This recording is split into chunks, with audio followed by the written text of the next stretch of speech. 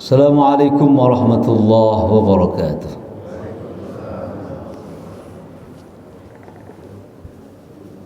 Ini Umair, adiknya diambil dulu main keluar. Ayo.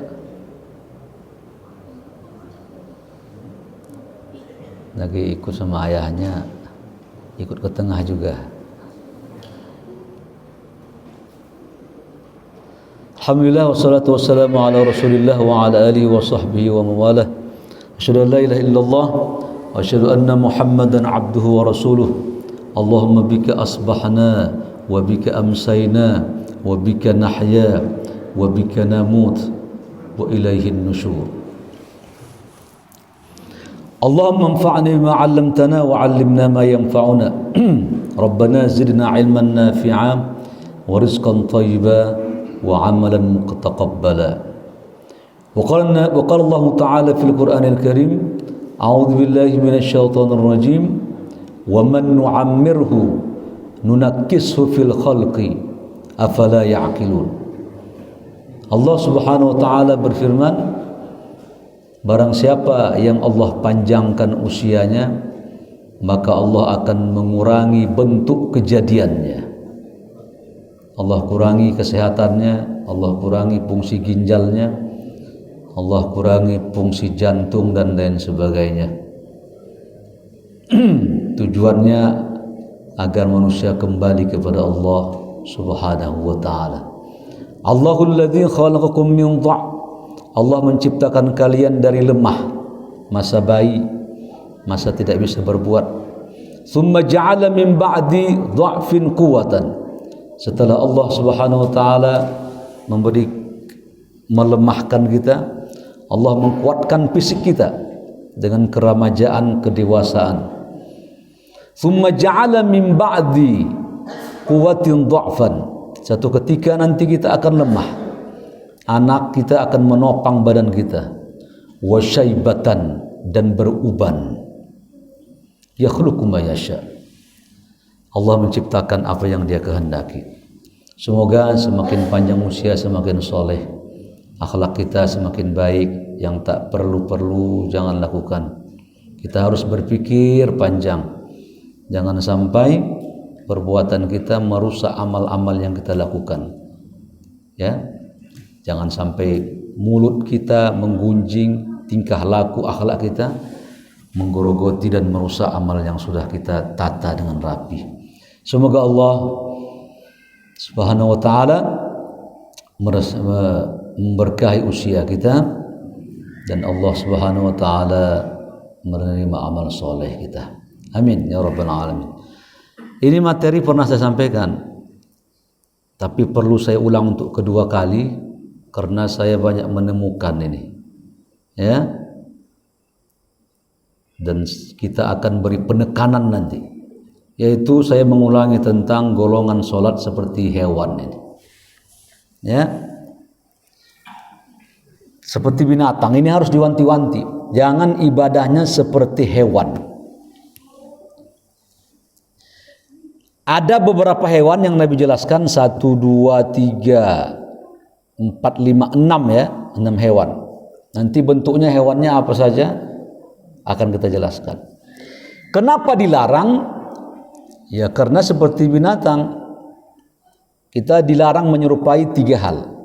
Pertama menyerupai binatang, yang kedua menyerupai orang kafir, yang ketiga menyerupai ahli maksiat. Ya. Orang kafir budayanya, ahli maksiat tingkah lakunya, dan hewan seperti ini. Ada solat-solat binatang dan Nabi tidak melakukan cara ini, ya. Tapi manusia melakukannya sehingga Nabi mengeluarkanlah setelah melihat situasi seperti itu, akhirnya Nabi mengeluarkan solat-solat yang terlarang, ya. Tapi solat ini nanti Bapak Ibu tidak batal solatnya, hanya menggerogoti pahalanya. Ya. Baik, kita akan mulai satu persatu dan akan kita lihat nanti begitu kerasnya hadisnya menjelaskan.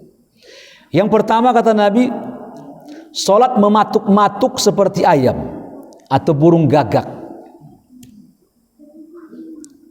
Siapa ini? Orang yang sholat dengan cepat, dengan tidak bertomakninah pada setiap gerakan rukun-rukun sholat. Ya, tidak tomakninah itu tenang, itminan. Nggak tahu dia ngejar apa itu, sehingga cepat. Ya. Jadi sholat seperti begini ini, yang tidak ada tomakninahnya, maka bisa menjadi batal sholatnya. Bukan sekedar kurang sempurna, bisa jadi batal. Ada yang dia tidak tomakninah itu dengan cara cepat, Allahu Akbar, sami Allahu liman hamidah, Allah, seperti yang kejadian tarawih 20 rakaat 5 menit, 7 menit. Ya, itu sholat batal semuanya. Kata mereka, ulama kami begini dulu, kiai-kiai kami, walaupun ulamanya itu jubahnya panjang, gamisnya panjang, sorbannya panjang, jenggotnya panjang, giginya pendek, ya. Kalau begitu cara sholatnya, sholat begitu semua batal. Maka saya sering beragama mengatakan begini, kalau beragama jangan melihat orang, melihat Al-Quran dan praktek Nabi. Kalau ada orang beragama suka melihat orang, bersiap-siap ia kecewa. Kecewa kan, Pak Ustadz kok begini, Pak Kiai kok begini ya, nah, gitu kan, kok begini, itu kan salah dia, karena referensinya salah, karena ada ulama su soalnya. Bahkan ulama su ini dalam Al-A'raf dijelaskan 175, maaf ya, Allah katakan ulama su ini ulama anjing dia. Famathaluhu kamathalil kalb. Lihatlah anjing itu, kata Allah. Jika engkau usir dia, terjulur lidahnya. Jika engkau biarkan dia, terjulur lidahnya. Dia haus dunia, jabatan. Ya, itu ulama su.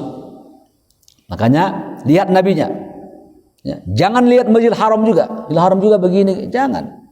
Saya jam tangan saya hilang di Masjidil Haram. Ya, ada maling di Masjidil Haram. Bayangkan itu.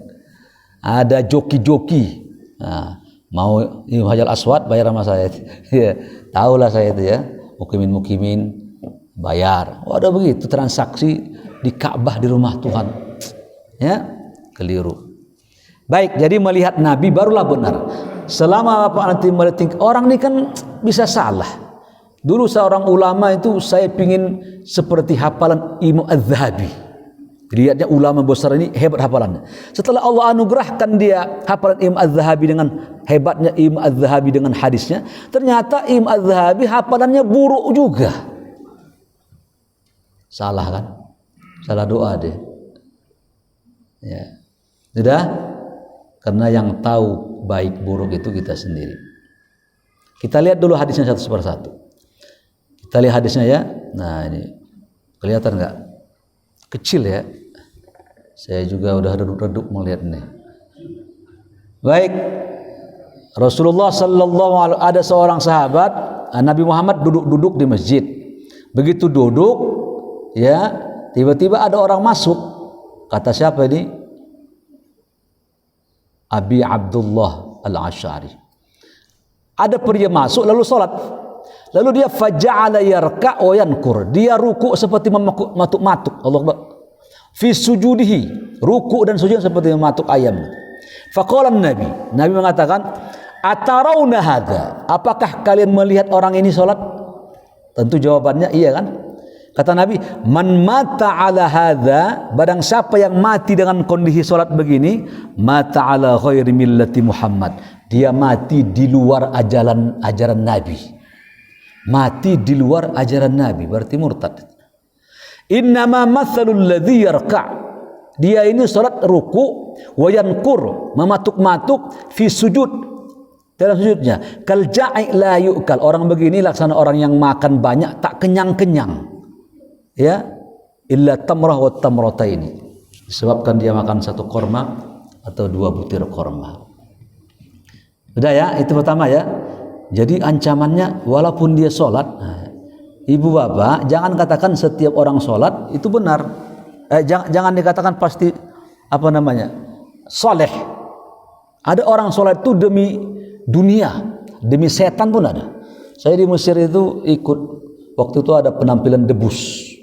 Teman saya puasa dia, Kang Ubed namanya. Puasa apa Kang? Ya puasa, tirakat gitu. Puasa tujuan dia apa? Supaya nanti debus dia nggak mempan ditikam itu. Puasanya buat setan itu. Jadi kadang-kadang setan itu ya, dia itu memakai ibadah-ibadah tujuannya menyesatkan kita itu. Ya. Tujuannya apa? Supaya sesat kita dari dipakainya gitu. Seperti begini. Umpamanya ada jampi-jampi bismillah, pakai bismillah juga itu. Ya, dilihat lagi nanti, dibuka lagi nanti jimat itu tulisannya Allah, tulisannya Muhammad, tapi dipotong-potong itu bismillah titik titik titik titik alif alif alif alif alif. Jadi itu kerjaan dukun itu. Bismillah a a a a ha ha ha ha ha. Jadi begitu tulisannya begitu tuh. Seperti mengejek bismillah tadi itu kalimat. Bintang David itu kalau dibuka bungkusan jimat itu ya. Baik. Kita lanjut hadis kedua. Rasul bersabda, "Innar rajul la yusalli sittina sanah." Kata Nabi, ada orang salat 60 tahun. Nah, 60 tahun. Kalau dari baligh dihitung dia 15 tahun, berarti usia dia itu totalnya 75 tahun. 75 tahun, 60 tahun salatnya, wa ma tuqbila lahu salat. Tak diterima selama 60 tahun salatnya itu. Kenapa? La'allahu yatimmu ruku' wa la yatimmu sujud. Kadang-kadang orang itu salat sempurna ruku'nya, tak sempurna sujudnya. Wa yatimmu sujud wa la yatimmu ruku'. Kadang-kadang sempurna sujudnya, tak sempurna ruku'nya. Enggak bisa, harus sama semua, rapi sempurna semua. Ya, di sini bagus, di sini kurang. Ya. Harus rapi. Lihat 60 tahun hadisnya disahihkan Syekh Albani. Nah, hati-hati Pak ya. Jadi selama ini sholat ada anak tuh entah idiot gimana tuh. Jadi kalau ruku tuh nggak nyampe kepalanya ke lantai, Allahu Akbar, gitu. Jadi ruku tuh nggak nyampe ke lantai kepalanya. Ada begitu ya. Saya juga pernah sholat tuh orang tua, dah tua sekali, masih salah sholat. Begitu sholat berjamaah saya lihat dia jaga jarak itu, bukan COVID, belum COVID soalnya ini. Ya, jaga jarak. Ada yang resapnya tidak rapat tuh. Jadi begitu ronggang sejengkal begini, saya tarik tangannya ini supaya mendekat gitu. Ditahannya begini. Saya tarik lagi pelan-pelan gitu supaya merapat. Kan sudah paham nih kan, berarti ini menyuruh rapat gitu. Ditahannya begini. Waduh, saya pikir ini takut dibawa pulang nih siku. Akhirnya saya diamkan aja. Perhatikan Pak ya, ilmu tidak mau masuk ke dalam dua orang ini. Perhatikan, camkan ini. Ilmu tidak akan mau masuk kepada dua orang. Pertama mustakbir, sombong. Sombong tuh gengsi. Gengsi. Apalagi somse, sombong sebentar.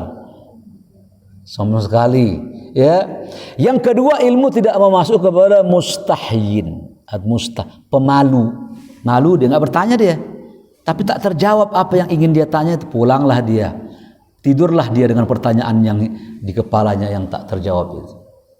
Ilmu tidak mau masuk kepada orang yang sombong sama orang yang pemalu. Jangan, ya.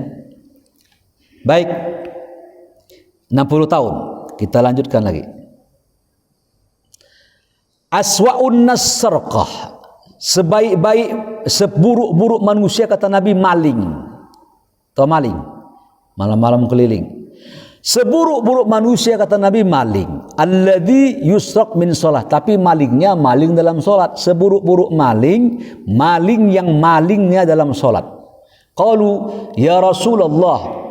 Mereka sahabat bertanya, ya wahai Rasulullah, wa kaifa yusrik min salatih? Bagaimana orang maling dalam salatnya? Kata Nabi, qala la yatimmu ruku'uhu wa la sujuduhu. Orang yang tak sempurna ruku dan sujudnya. Au qala la yuqimu salbah fir ruku' was sujud. Jadi tulangnya itu sulbinya enggak sami Allah bungkuk begini. Tak berdiri begini. Jadi kalau sujud tuh, ruku tuh buku-bukunya ketemu tuh. Dan wajah menghadap, mata menghadap apa? Menghadap ke mana? Ke tempat sujud. Ya, jangan kalau dia menghadap ke depan itu mendongak begini, sujud.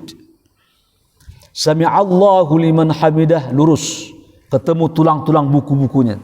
Ini sami Allah asal bungkuk sedikit aja itu. Bungsa namanya. Tahu bungsa? Bungkuk sabut. Habis itu ruku langsung dia. Nah, orang begini nih dianggap maling ini. Coba perbaiki ya. Saya pernah sampaikan, orang yang memperbaiki sholatnya berarti dia sedang memperbaiki cara dia beragama itu. Karena pangkal ini. Orang yang memperbaiki sholatnya berarti dia sedang memperbaiki hidupnya. Perbaiki sholatmu supaya Allah punya alasan memperbaiki kehidupanmu. Itu ya. Anak-anak kita yang malas sholat itu coba. Nah, kenapa jatuh susah-susah sekali cari kerjaan? Coba perbaiki dulu sholatmu. Nanti Allah akan mengatur duniamu itu. Ya, baik kita kembali ke pangkal. Jadi begitu ya, bapak-bapak sekarang apa mau dikejar? Apa mau dikejar apa? Utang tetap segitu aja. Apa mau dikejar? Rumah tak diambil orang begitu. Ya, jadi semakin kita ini panjang usia, semakin ibadah itu semakin tenang. Karena takut tak diterima soalnya. Ini kan tidak saya lihat. Saya lihat ada imam itu udah 60, 70. Kok sholatnya begini, semakin tua kok tak semakin rapi gitu. Tapi Allahu Akbar. Sami'allahu liman hamidah. Diam gitu. Allah qasdan. Dan Nabi sholat itu sedang-sedang. Ada orang bertanya begini. Ada orang sujud terakhir lama dia. Bagaimana? Ada enggak dalilnya? Saya berpikiran begini, karena kata Nabi begini, aqrabul 'abd yaumal qiyamah fis sujud, aqrabul 'abd 'indallah fis sujud. Hamba yang paling dekat kepada Allah ketika sujud. Fajtahidu bid-du'a. Maka ketika sujud kata Nabi bersungguh-sungguh berdoa. Itu hadisnya. Tapi mengkhususkan terakhir doang itu bagaimana itu? Saya enggak berani berfatwa karena saya takut salah belum baca. Akhirnya saya yakin terhadap dugaan saya. Memang tidak ada anjuran Nabi sujud terakhir itu lama. Setelah saya mendapatkan informasi dari ulama besar Saudi yang meninggal tahun 2001, namanya Syekh Saleh Ibnu Utsaimin.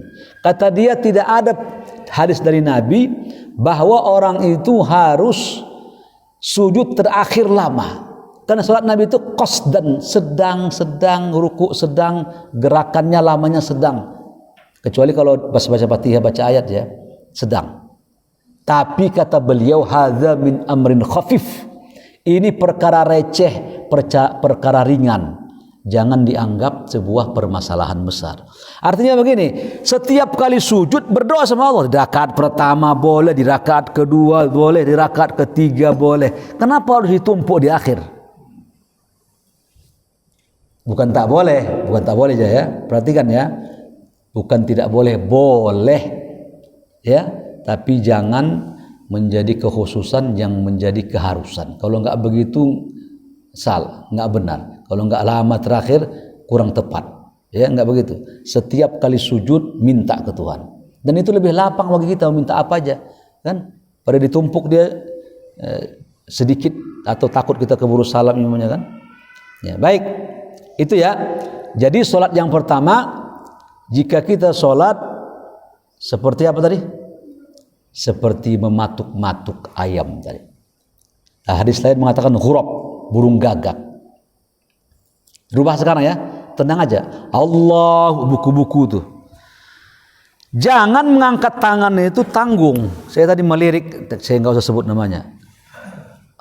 Begini, jadi angkat tangan tuh malas-malas. Pertama tangannya bengkok begini. Allah. Sami'allahu liman hamidah. Gini, itu salat pemalas. Ciri-ciri salat orang munafik itu. Hati-hati Pak ya. Wa idza qamu ila shalah qamu kusala. Jika mereka salat malas-malas. Sami'allah. Begini Sami'allah terbuka. Jadi Allah melihat serius benar nih. Orang Medan bilang motan tuh motan. Motan kali ya Bang nih. Allahu Akbar. Begini bengkok. Allah sami'allahu liman hamidah. Allahu akbar. Kadang-kadang ke samping gini, ada yang begini tuh. Allahu akbar. Arah sana itu ke kiblat semua. Ya. Walasu kata Nabi ya, wala sofat, wala sofan, wala solab. Jangan sholat itu sofat. Sofat itu kakinya rapat begitu tuh. Rapat semua kakinya begini. Ada orang salah. Jangan. Ya. Itu sholat yang salah, namanya sofat. Sofat itu sholat. Jadi begini, kalau kita sholat berjamaah itu mudeng. Tahu mudeng itu? Jangan memikirkan kaki sendiri. Makanya kata Nabi ada 2 langkah. Satu dibenci, satu Allah cintai. Yang dibenci itu langkah kaki kanan ke depan, sombong. Yang disukai itu saddul faraj, langkah menutup celah. Begitu dia ruku, kayaknya kurang lebar saya, lebar dia. Kurang maju saya, maju dia gitu. Fleksibel aja kaki itu. Ya, jangan kaki sendiri dipegang begini nih. Enggak peduli kiri kan, mau bolong segini kek, mau bolong di sini kek, enggak pikir. Enggak boleh, itu salah.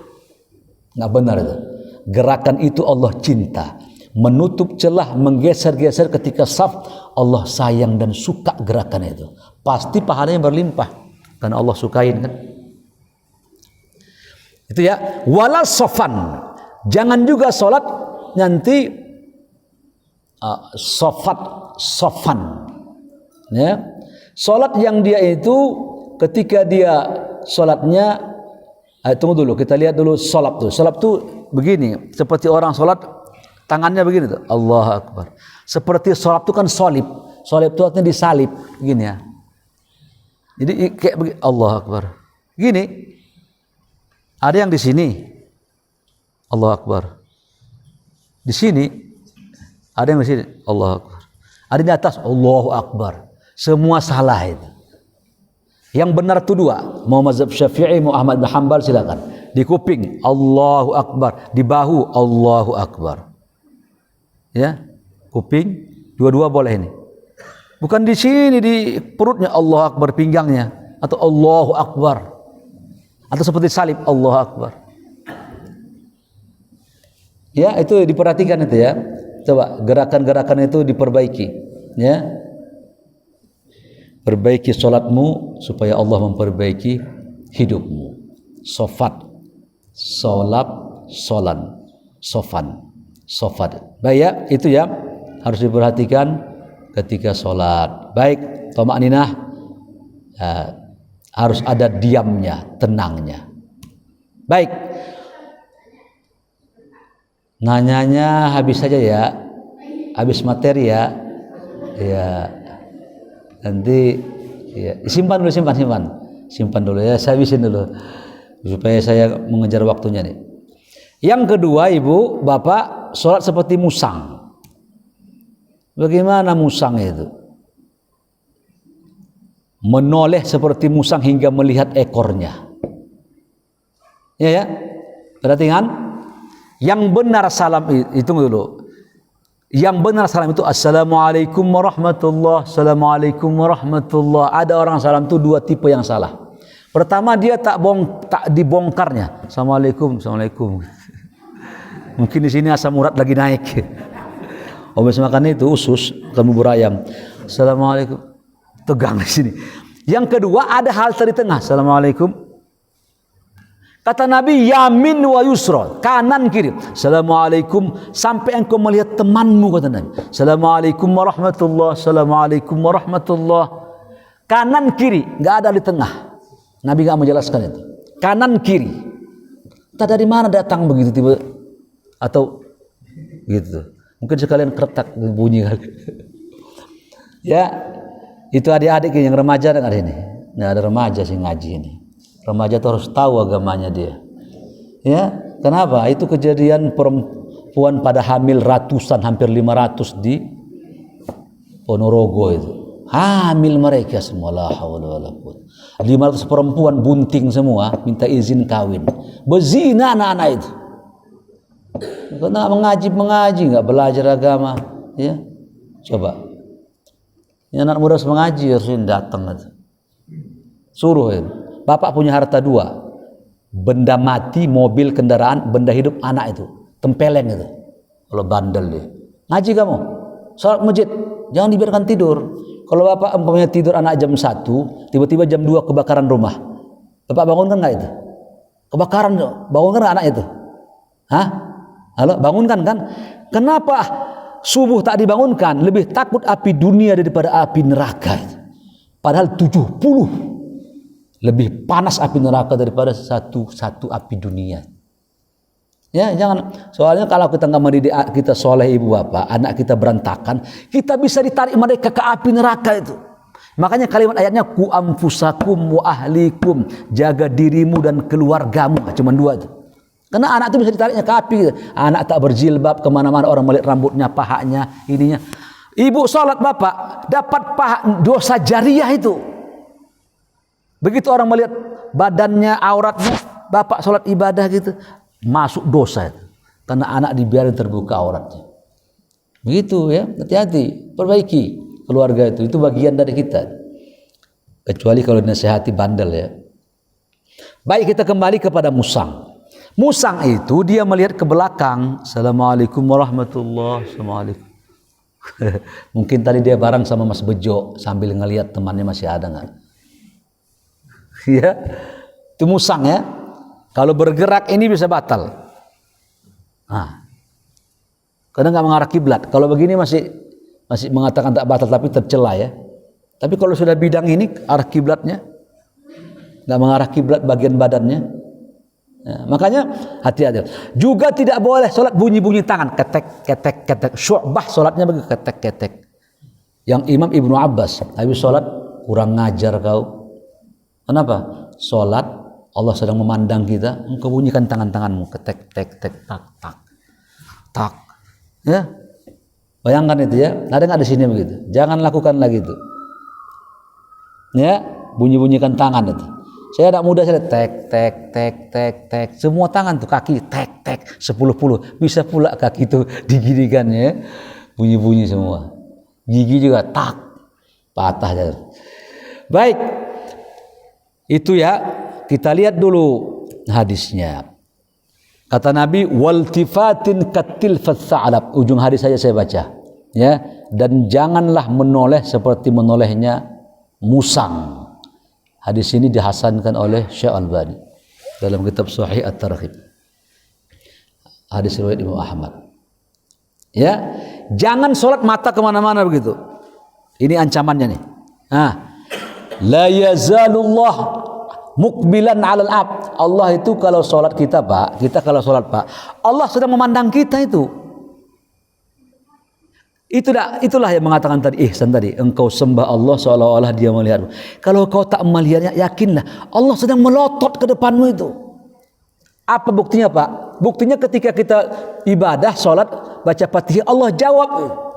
Ya, alhamdulillahi rabbil alamin. Apa kata Allah? Hamidani abdi, hambaku memuji aku. Ar-Rahmanir Rahim. Kata Allah, sana'a abdi, hambaku mengagungkan aku.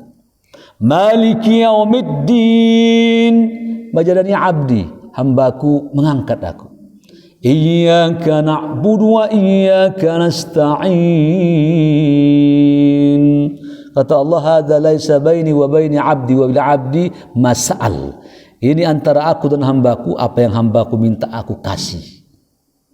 Jadi Allah mandang kita, dijawab gitu. Tiba-tiba kemana-mana matanya, kepalanya gitu.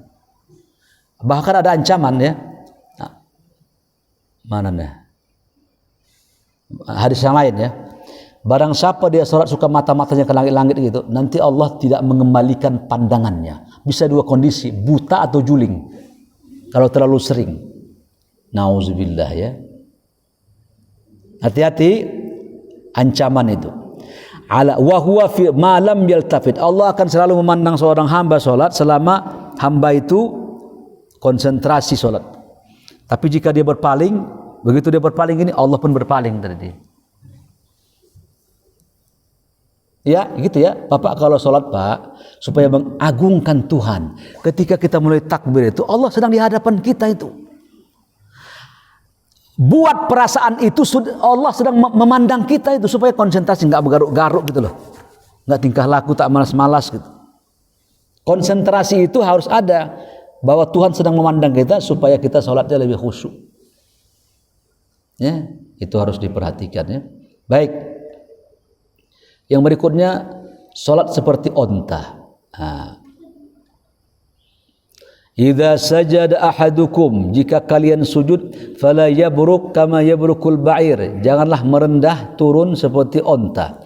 Wal yadha yadayhi qabla rukbatayhi, dan dia meletakkan tangannya di atas lututnya ya. Wal yadha yadayhi qabla rukbatayhi. Jadi onta itu jika dia mau merebahkan badannya, lututnya dulu, seperti itu tuh, baru badannya dikebawahkannya. Kalian jangan, kata Nabi, tanganmu dulu, bedakan sama binatang ini. Tanganmu dulu, baru lututmu. Ya, tanganmu dulu ke bawah. Ya, tapi setelah merendah ya, jangan dari atas mulai begini dia. Setelah merendah, lalu dia tangannya dulu bawah. Kalau lututnya dulu bagaimana Pak? Dia sakit Pak. Pertama begini, tak sakit dia. Kalau lutut duluan sah tetap sholatnya. Kalau sakit dia uzur syar'i, makin boleh. Yang tak sakit saja boleh. Ada orang kan tidak, kalau lututnya duluan itu, ya supaya nggak goyang dia kan, jadi pakem dulu di ke bawah tuh, pasang-pasak dulu, baru tangannya kan. Nah, kalau yang sakit-sakit, kalau sakit urusannya udah di luar ini nih, di luar penjelasan ini. Sebab orang sakit itu apa aja cara sholatnya lakukanlah sesuai kemampuannya. Ini namanya juga sakit ya. Kadang-kadang dia duduknya bersila, dia bersila gitu. Ya segitu. Kalau dia menekuk begini sakit terlipat pahanya. Kalau bersila enggak, ya sudah lakukan. Lakukan apa yang dia mampu lakukan. Ibnu Umar kana yad'u yadayhi qabla rukbatayhi. Sesungguhnya Ibnu Umar meletakkan lututnya dulu baru tangannya. Lalu beliau berkata, hakadza yaf'alu dzalik. Beginilah kata beliau, aku lihat Nabi salat. Apa tadi? Kedua lutut. Nah, kadang-kadang kita enggak sadar itu. Iya, kadang-kadang apa enggak sadar kan? Lutut dulu baru tangan. Seharusnya gimana? Ya, tangan dulu setelah rendah supaya beda sama onta. Tadi kan judulnya begitu, supaya beda sama binatang, sama hewan. Ya, nah, kalau dia tadi saya bilang tadi sakit, nggak apa-apa, berdiri gitu. Ya, berdiri itu, sholat itu ibu-ibu bapak gini ya, sholat itu kalau wajib berdiri. Kalau ada orang sholat wajib tak berdiri, bisa sholatnya tidak sah. Wa qumu lillahi qanitin. Kalau sholat sunat boleh duduk. Bahkan Nabi sholat wajib itu wa yusnad, dia berdiri pada sebuah tiang begitu. Sehingga harus berdiri itu. Kalau sholat sunat apa lebih leluasa boleh duduk. Tak sakit pun kalau sholat sunat boleh duduk. Hanya kata Nabi nisfun, separuh hilang pahalanya. Kalau dia sholatnya berdiri sempurna 100. Kalau dia duduk 50 gocap. Sudah, kalau dia berdiri sempurna. Baik, begini Pak, tapi saya ini surat tarawih panjang betul 1 juz. Bagaimana itu? Boleh, tapi usahakan 3 kondisi ini harus berdiri. Ya, Bapak sholat sunat kan boleh duduk kan? Tapi tolong usahakan supaya Abdul dapat juga 3 kondisi ini hendaknya dia berdiri. Pertama ketika takbir, Allah, dalam kondisi berdiri dia. Yang kedua baca Fatihah, yang ketiga ruku. Pas baca ayat dia menduduk begini boleh, karena panjang. Udah ya? Nah, mana tahu nanti mau tarawih di sini 1 juz atau qiyamul lail. Ya. Nah, terus begini, sekarang saya bertanya coba, kalau imamnya duduk, kita duduk atau berdiri? Atau begini, apakah boleh kita berimam kepada imam yang duduk sholatnya? Gimana tuh? Boleh nggak kita berimam kepada orang yang duduk sholatnya? Jawabannya BOLEH, boleh. Ya, boleh sholat dengan orang yang duduk. Kenapa? Nabi pernah mempraktekkan. Namun kata Nabi, ketika Nabi sholat duduk di waktu 60 tahun usianya lebih, udah mulai uzur beliau, udah mulai di hari-hari lemah fisiknya lah. Sahabat waktu itu sholat di belakang berdiri. Kata Nabi, duduk kalian. kalian ini kata Nabi seperti orang-orang Romawi dan Persia. Rajanya duduk, mereka berdiri di depan raja itu. Kata Nabi, duduk kalian. Makanya kalau imamnya duduk, makmumnya duduk. Tapi bagaimana Pak, imamnya begitu? Kalau begitu imamnya ganti, jangan tukang duduk. Ganti imamnya, sholat wajib soalnya ya. Nah, tapi Nabi Muhammad kan sholat wajib juga itu. Ada pengecualian ya, kalau memang imamnya duduk karena uzur, tapi imamnya nggak uzur Pak, dia duduk karena ittiba, mengikuti imam. Ju'alat imam yu'tamma bih. Imam itu diikuti terhadap perbuatannya. Sudah ya? Jadi itu seperti apa tadi? Seperti onta. Sekarang terus. Seperti anjing. Larangan sujud menghamparkan tangan seperti anjing. Ya, apa-apa, walaupun dah tahu Bapak-bapak, biar aja. Biar Bapak tahu nanti, sekalian tahu hadisnya. Bahwa ini bukan ngarang-ngarang ini. Bukan pendapat para ulama. Nabi langsung instruksikan. Apa kata Nabi? I'tadilu fis sujud. I'tadil itu lurus, sempurna, benar, tepat. Wala yabsut ahadukum, janganlah salah seorang kalian kata Nabi menghamparkan dhira'aihi, sikunya, imbisatal qalb, seperti siku anjing. Iya, yang salah coba lihat, yang salah, yang benar. Yang salah itu sikunya ke lantai ya. Ya seperti anjing begini, itu anjing tuh. Nggak, jangan ya. Jadi cara sujud yang benar, perhatikan ibu bapak ya. Saya akan sebutkan cara sujud yang sesuai Nabi. Pertama, ketika menyamperin tempat sujud, apa tadi? Tangan dulu, baru kaki, lutut. Satu. Yang kedua, coba perhatikan ini, supaya nanti yang salah-salah diperbaiki. Yang kedua, kakinya rapat. Jangan sujud tuh kaki bapak renggang begini. Kata para ulama, tujuan rapat begini supaya celah aurat nggak kelihatan dari betisnya itu. Tutup. Perhatikan ya. Dua itu. Yang ketiga, jauhkan pahamu sama sikumu. Jadi ada orang tuh sholat tuh begini, sikunya agak nempel gitu, dekat, agak jauh. Tapi jangan berlebihan sampai ada orang menjurong ke depan begitu tuh. Itu namanya over kredit, kelebihan ya, kelebihan jangkauannya. Kalau menjauh kayak begitu, hampir masuk ke tempat imam, perimaman. Tiga. Lalu berikutnya sujud yang benar ya. Berikutnya falyumakkin, dia harus menekankan jidatnya ke lantai. Jadi kalau bapak sujud, jangan bertumpu tenaga pada tangan, harus bertumpu tenaga pada jidat. Yang benar itu ya. Kalau bapak sujud bertumpu pada tangan berarti kurang tepat itu.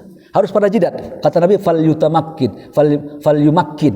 Hendaklah dia menempatkan, menekankan jidatnya itu.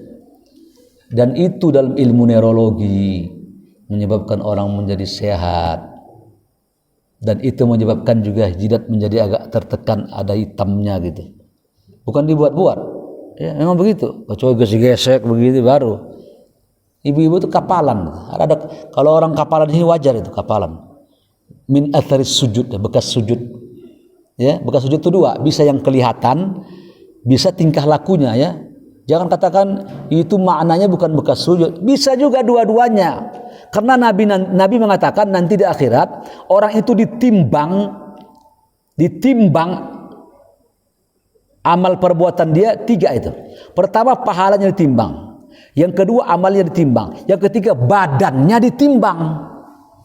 Makanya kata Nabi di akhirat nanti ada orang badannya samirun azim, badannya besar gendut, tambun, tapi amalnya selembar sayap seekor nyamuk.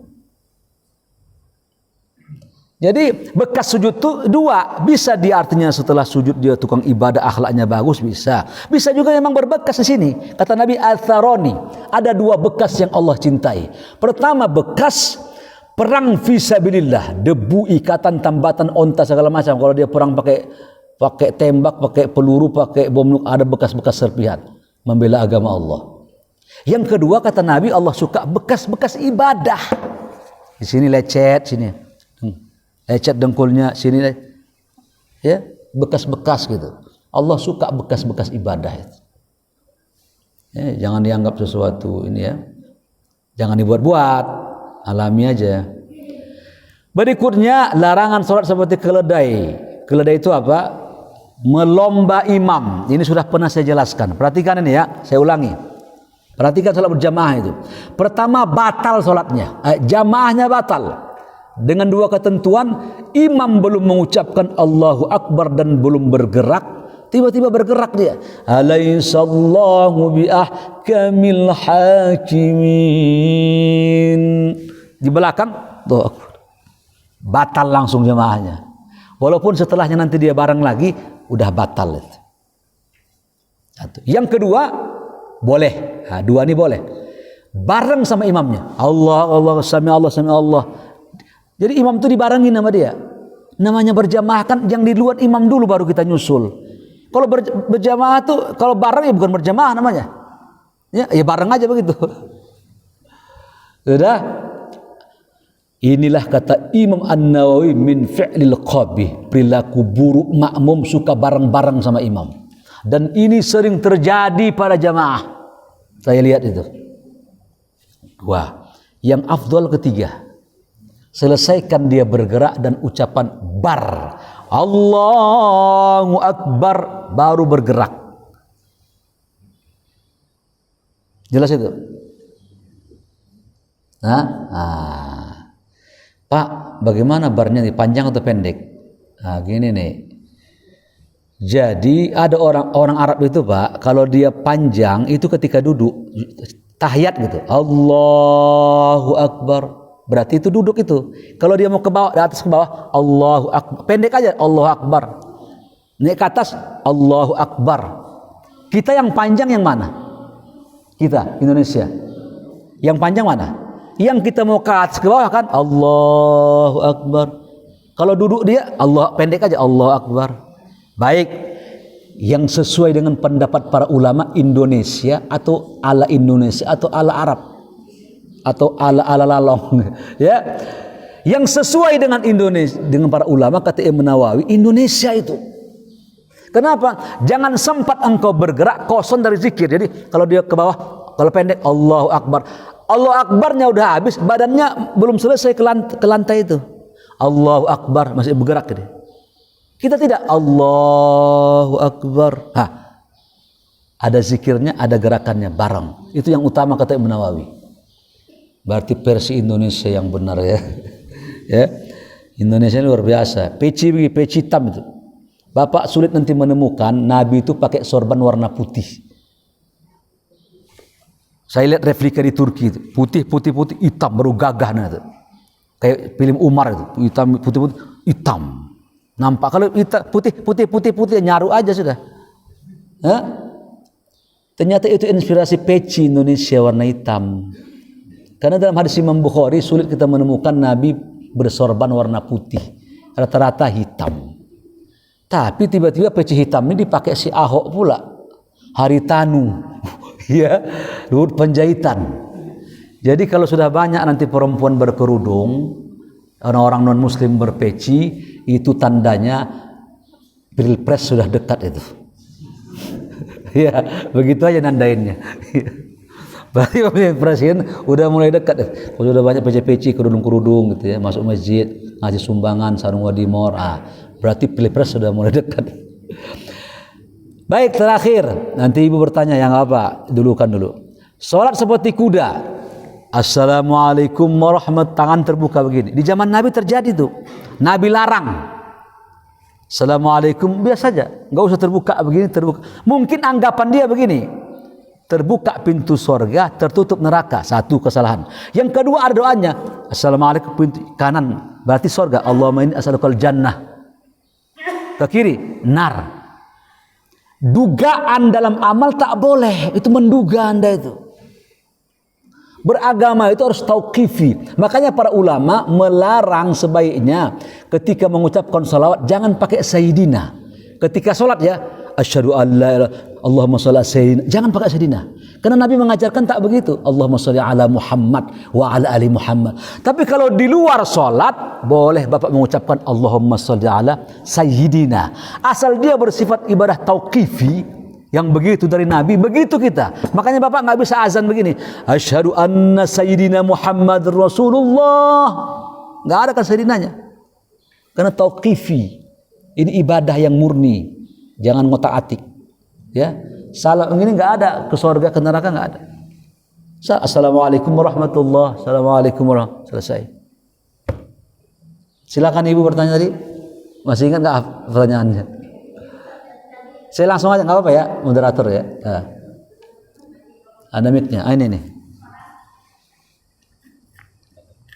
biar kedengaran. 1, 2.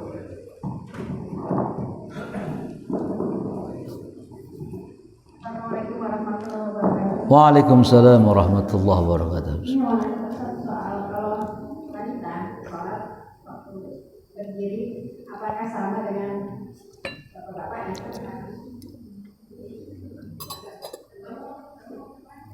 kami apakah berlaku untuk wanita? Oh, safnya ya. Nah, ya. Jadi prinsip dasarnya begini Ibu ya.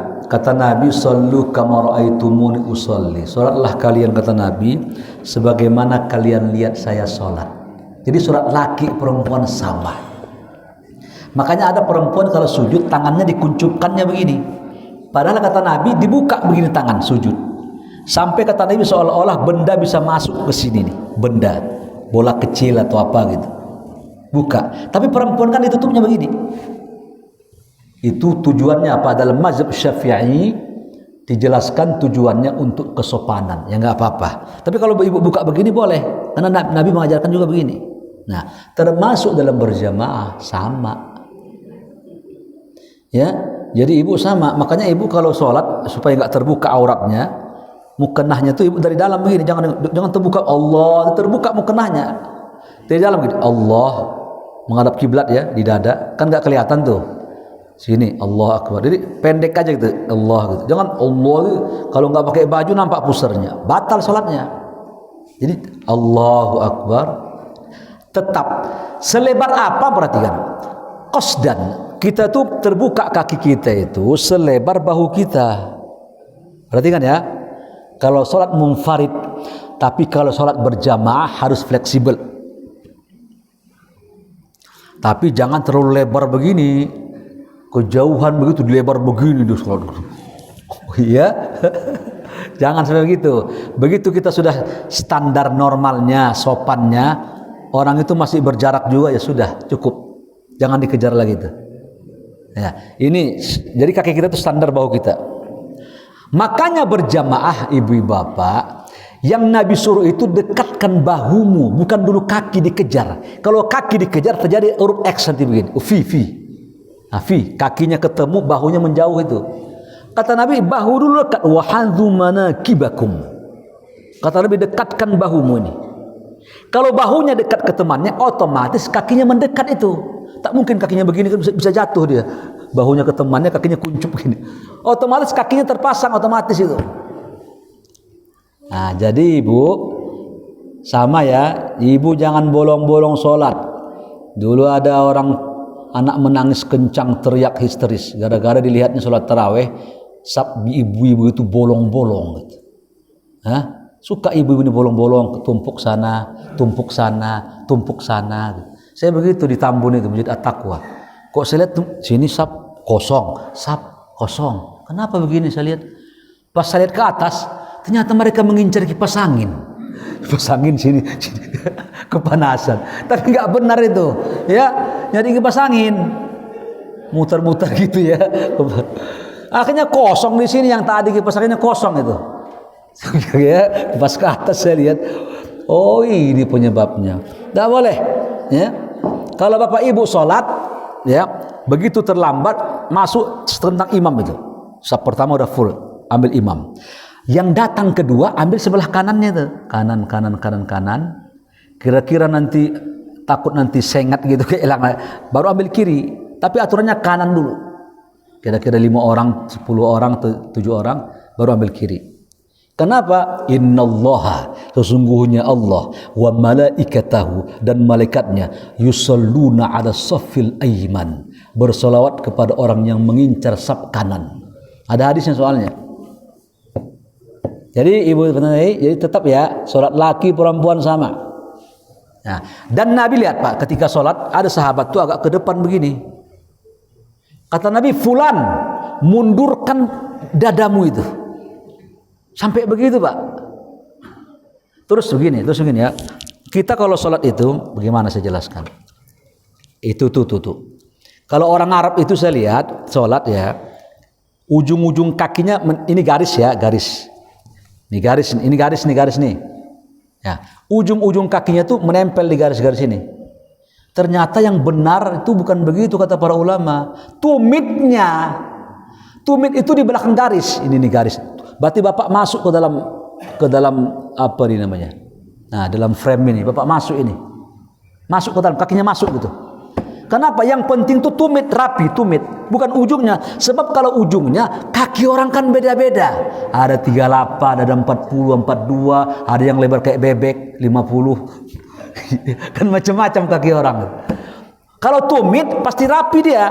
Tumit kan badan tuh. Tumit itu kan badan. Nah, setentang dia tuh. Kakinya lebar mau panjang terserah lah. Tapi kalau patokannya kaki nanti agak melengkok-lengkok gitu. Karena di belakangnya satu. Yang kedua, yang pakai kursi. Jadi kan, jika ada orang sholat pakai kursi, maka yang benar itu bukan dia gelar sajadah, lalu kaki dia itu setentang sama jamaah. Bukan, yang setentang itu badan dia. Maka kaki dia ke depan, badan dia tuh. Ini ya. Ini kursi nih. Seharusnya kursi ini maju ke depan ini. Bukan. Iya, ke depan. Jadi kaki saya ke depan. Jadi seolah-olah kaki saya ke depan, badan saya rapi sama jamaah itu. Sebab jika seandainya kaki dia yang dia setentangkan sama jamaah, dia mundur kan, di belakang orang bisa kejedot itu kursi dia. Karena kursi dia itu disap orang. Tapi kalau ditarik ke depan gini, ke depannya. Nah, berarti kan kursi dia itu masuk di saf yang benar. Jadi nggak apa-apa kakinya menjulur ke depan begini, badan dia rapi sama jamaahnya gitu. Patokannya badannya, bukan kakinya. Itu tolong perhatikan. Saya lihat sering itu agak kurang tepat orang-orang yang duduk di kursi. Ada yang lain? Silakan Pak. Mana ini? Oh ya, silakan.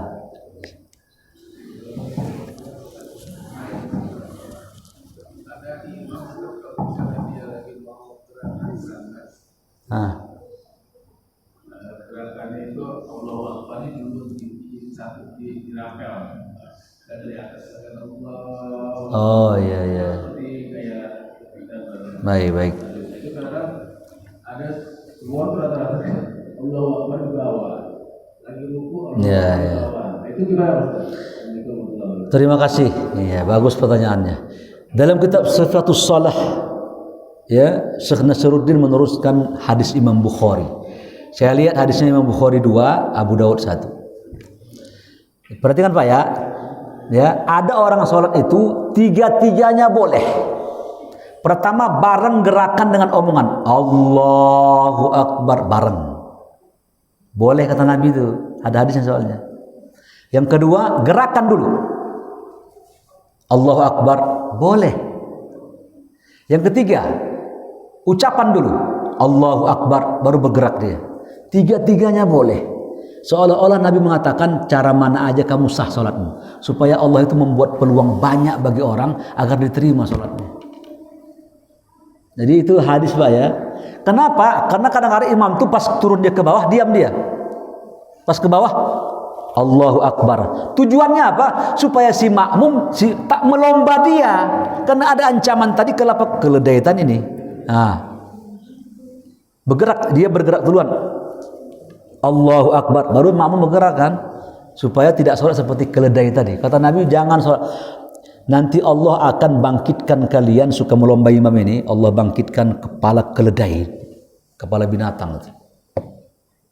Hadisnya Sahih Imam Bukhari itu, bukan kacang-kacangan ini, kaleng-kalengan. Itu kan. Jadi tiga-tiganya boleh Pak ya, insya Allah mana aja boleh. Ya, itu ada hadisnya ya. Silakan. Nah tadi.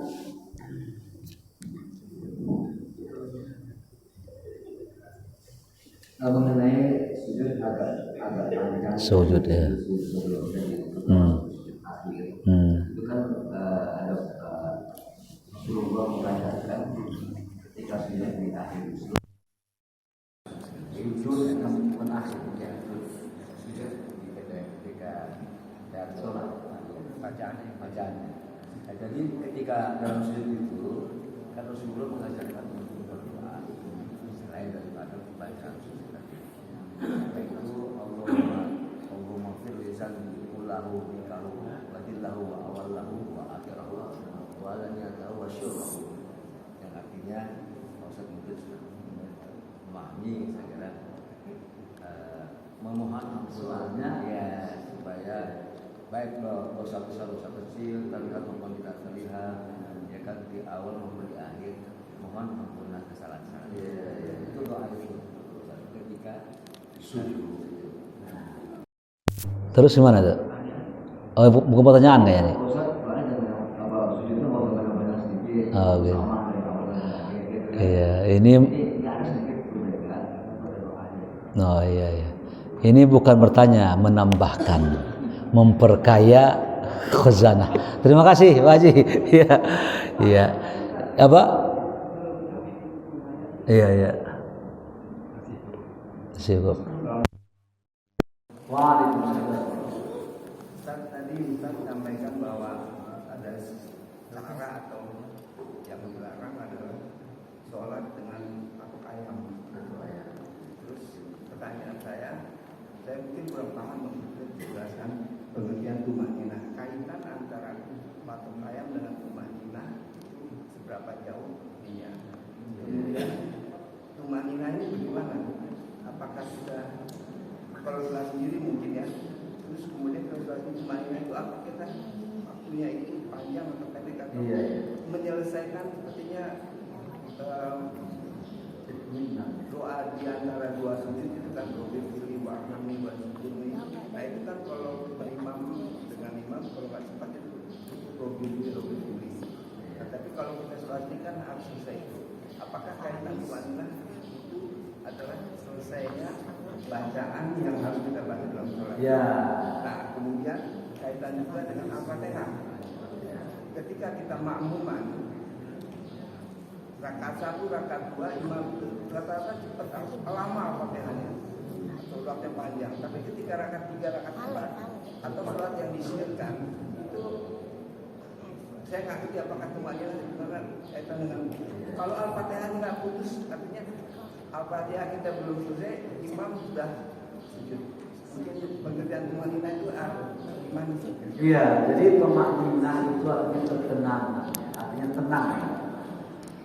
Orang itu jika dia sholat harus ada tenangnya. Allahu Akbar.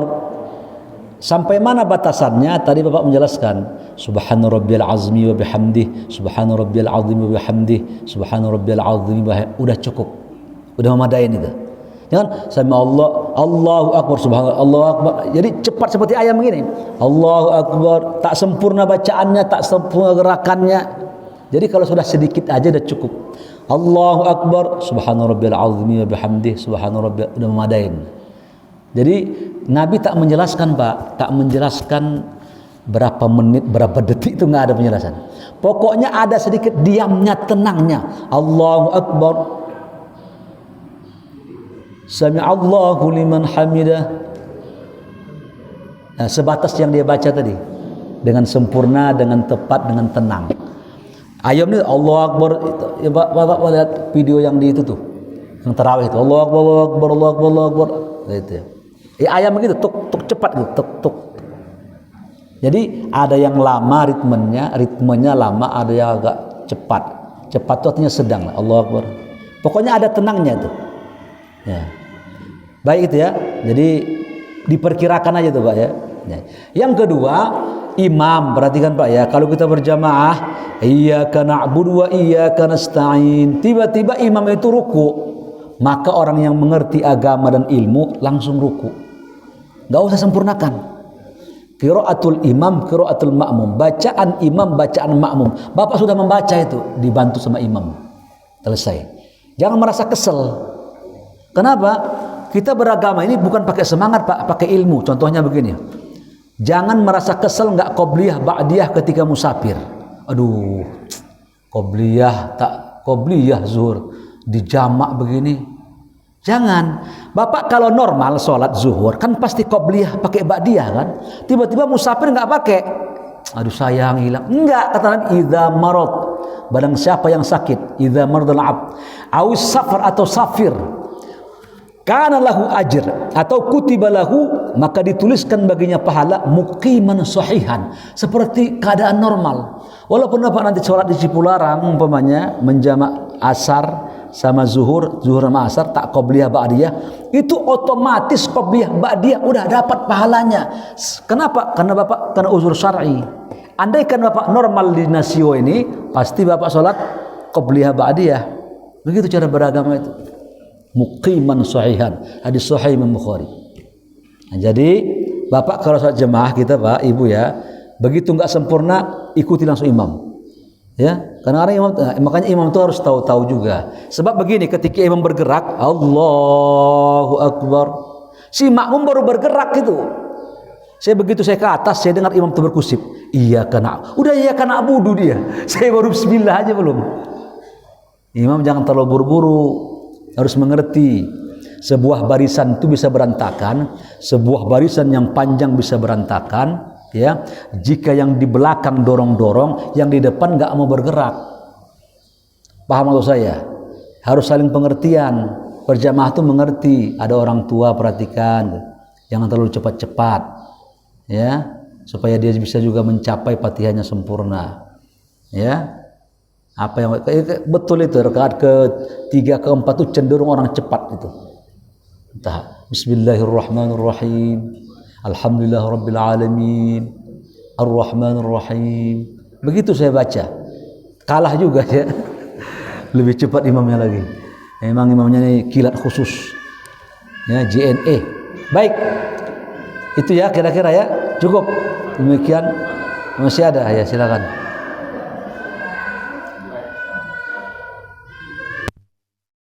Yang mau saya tanyakan ketika dalam sholat itu, apakah semua bacaan kita itu wajib ataukah ada rukun-rukun yang sunnah?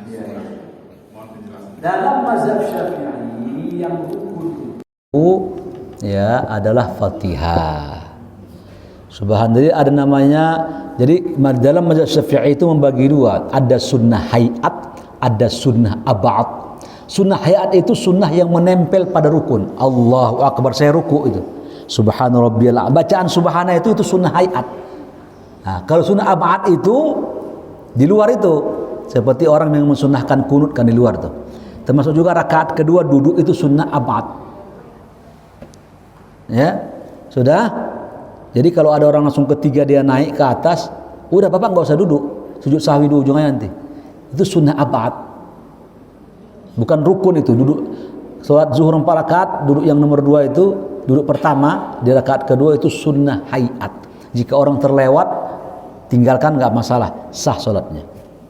Sudah. Terus nanti berlanjut anjurannya ketika tahiyat dia membaca asyhadu an la ilaha illallah. Itu anjuran juga itu. Baru membaca salawat Allahumma sholli ala Muhammad. Setelah itu enggak pakai sholaita Ibrahim wa ala ali Allahumma sholli ala Muhammad wa ala ali Assalamualaikum, udah sah itu. Ya. Tapi kalau dia panjangkan enggak apa-apa. Kalau waktunya udah qomat asyhadu Allahumma sholli ala Muhammad Assalamualaikum. Yang ketiga salamnya. Selesai sudah. Nah, jadi Fatihah itu termasuk dalam mazhab Syafi'i rukun. Kalau mazhab lain Ahmad bin Hanbal enggak. Ya, kalau dia sholat jahriyah, imamnya sudah baca, udah diam aja dia dari awal tuh diam aja. Paling Allah berkabiro kan, iftitah. Habis itu diam, enggak baca ayat, enggak baca Fatihah. Imam Syafi'i tidak. Imam baca Fatihah selesai, baca Fatihah lagi. Ini khilaf para ulama. Persis orang ngimamin Bismillahirrahmanirrahim, berarti saya mazhab Syafi'i. Kalau sir dia Bismillahirrahmanirrahim, Alhamdulillahirabbil alamin, Ahmad bin Hanbal. Kalau saya kencangkan karena saya Imam Syafi'i menganggap bismillah itu ayat pertama. Imam Ahmad bin Hanbal ayat pertamanya alhamdulillah. Ayat pertamanya dia. Di situ perbedaannya. Nah, tak ada yang salah ya. Yang salah yang tak sholat. Baik. Demikian dapat sampaikan. Terima kasih. Mohon maaf kurang lebihnya. Subhanakallah wa bihamdika asyhadu an la ilaha illa anta astaghfiruka wa atubu ilaik. Assalamualaikum warahmatullahi wabarakatuh. Waalaikumsalam.